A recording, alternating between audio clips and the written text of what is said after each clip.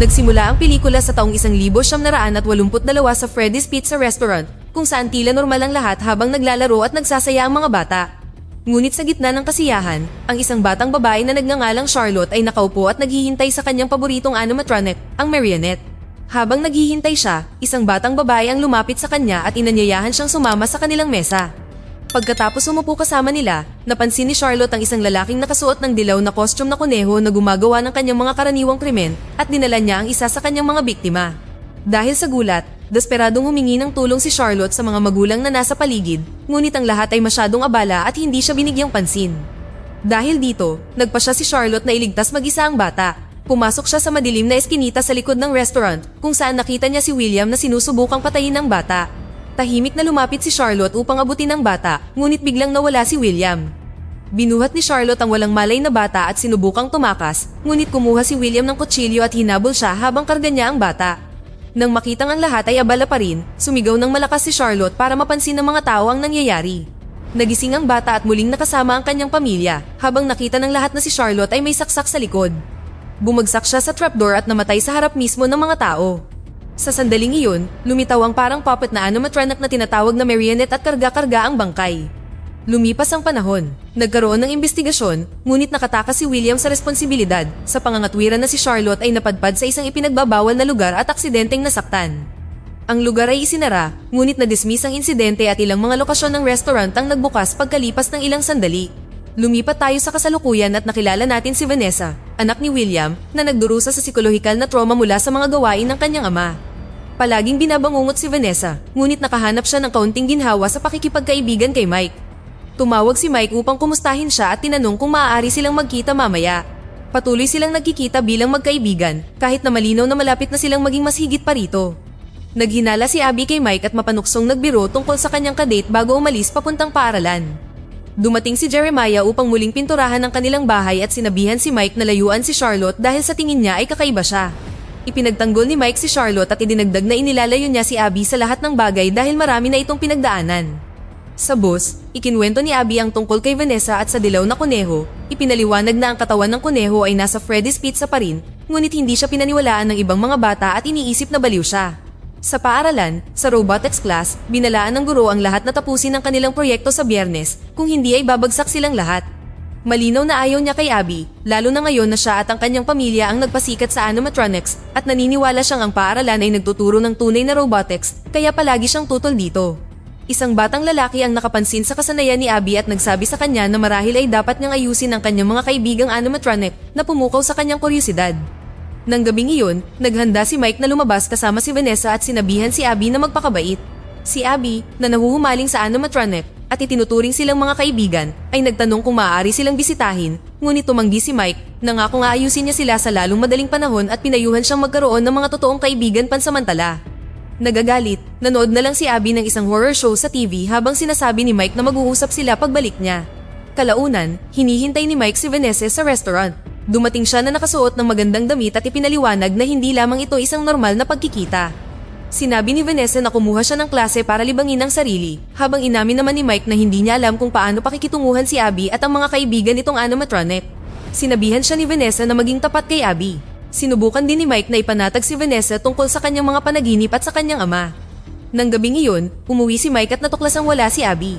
Nag-iwan siya ng sulat na nagsasabing umalis siya para bisitahin ang kanyang mga kaibigang animatronic. Nagmadali si Mike papunta sa Freddy's restaurant at napagtanto ni Abby na nagsinungaling si Mike sa kanya.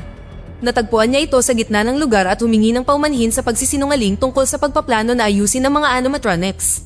Para pasayahin siya, binigyan niya siya ng nagsasalitang laruan na tinatawag na fast talker at napansin ng isang pamphlet na may numero ng telepono habang sila ay paalis.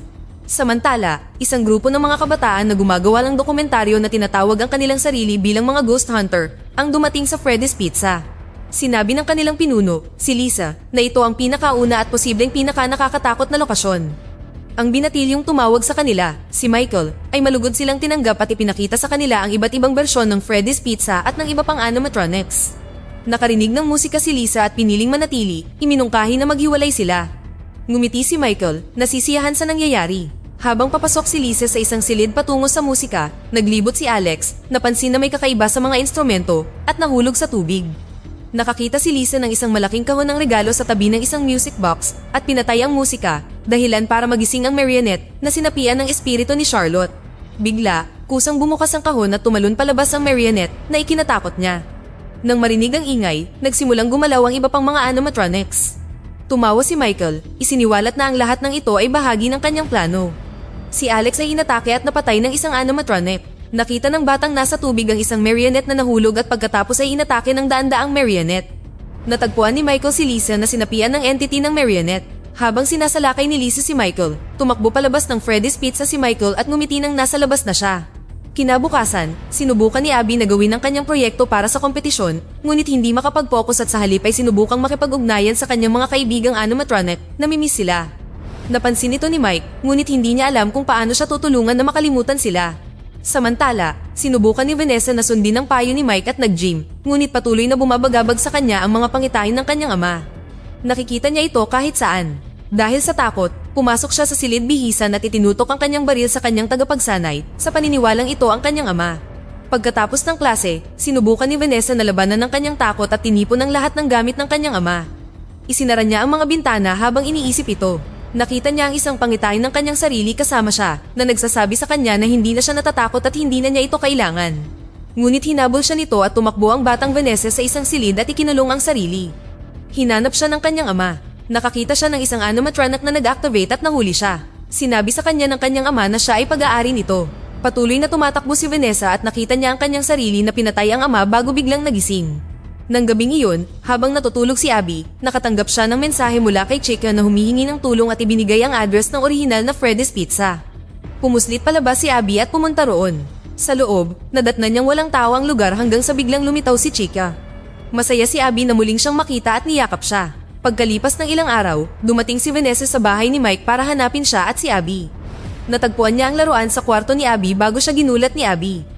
Ipinaliwanag ni Abby na ang laruan ang nagdala sa kanya kay Chica at sa iba pa sa unang lokasyon. Sinubukan ni Vanessa na balaan si Mike, ngunit binaliwala niya ito dahil inakala niyang tinutukoy ni Abby ang radyong ibinigay niya sa kanya. Gayunpaman, may isiniwalat si Mike na mahalaga. Tinawagan niya ang numero sa papel at nalaman na mas maraming biktima ang inatake ni William, isang bagay na itinago ni Vanessa. Sinabi ni Mike na sinusubukan niyang tulungan silang dalawa. Nagalit si Vanessa, iniisip na nakikita ni Mike ang kanyang mga problema bilang isang bagay na dapat ayusin na lumikha ng distansya sa pagitan nila. Kalaunan, inihatid ni Mike si Abby sa kanyang kompetisyon sa agham, nangakong babalik agad pagkatapos ay nagmamadaling nagtungo sa isang lugar. Samantala, binisita ni Vanessa ang dating lokasyon ng Freddy's Pizza at lumilitaw na alam niya ang tungkol kay Charlotte, ang batang babae mula sa simula ng pelikula. Si Charlotte, na kumokontrol sa animatronics, ay nagsabi kay Vanessa na aalisin niya ang harang na pumipigil sa kanila na makatakas. Napagtanto ni Vanessa na ginagamit ni Charlotte ang katawan ni Lisa at sasaktan siya. Sa kompetisyon, pumasok si Abby, ngunit sadyang sinira ng guro ang kanyang robot. Dahil sa matinding dalamhati, bumalik siya sa animatronics at sinabi kay Chica ang nangyari. Inalok ni Chica ang sarili na maging proyekto niya mismo, ngunit una, kailangan mo nang tumulong ni Abby na alisin ang harang na nagpapanatili sa kanya na nakakulong at isinulat ang sikretong code upang palayain sila. Samantala, hinuli ni Charlotte si Vanessa at pinilit siyang ibunyag ang code kapalit ng kaligtasan ni Abby. Sumuko si Vanessa, ipinasok ni Abby ang code na nagpalaya sa animatronics. Sumakay ng taxi si Chica papunta sa paaralan ni Abby. Binisita ni Mike ang ama ni Charlotte na nagbunyag na pinaghihinalaan niyang pinatay ang kanyang anak at nangolekta ng ebidensya. Nalaman ni Mike ang tungkol sa river ride sa Freddy's Pizza, ang tanging natitira ay nasa orihinal na lokasyon. Tinawagan niya ang paaralan at nalaman na wala roon si Abby. Habang naghahanda siyang umalis, ibinigay sa kanya ng lalaki ang music box ni Charlotte na dating ginagamit niya para makatulog, isang bagay na mapapakinabangan sa kalaunan.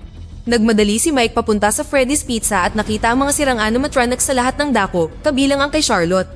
Hinanap niya si Abby. Sa paaralan, isinama ni Abby si Chica sa kompetisyon. Ipinagpalagay ng guro na may tao sa loob ng suit at disqualified siya.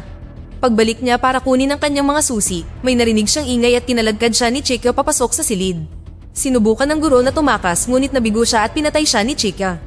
Narating ni Mike ang orihinal na Freddy's Pizza at nakita niyang nakatali si Vanessa. Sinabi niya sa kanya na naroon si Charlotte.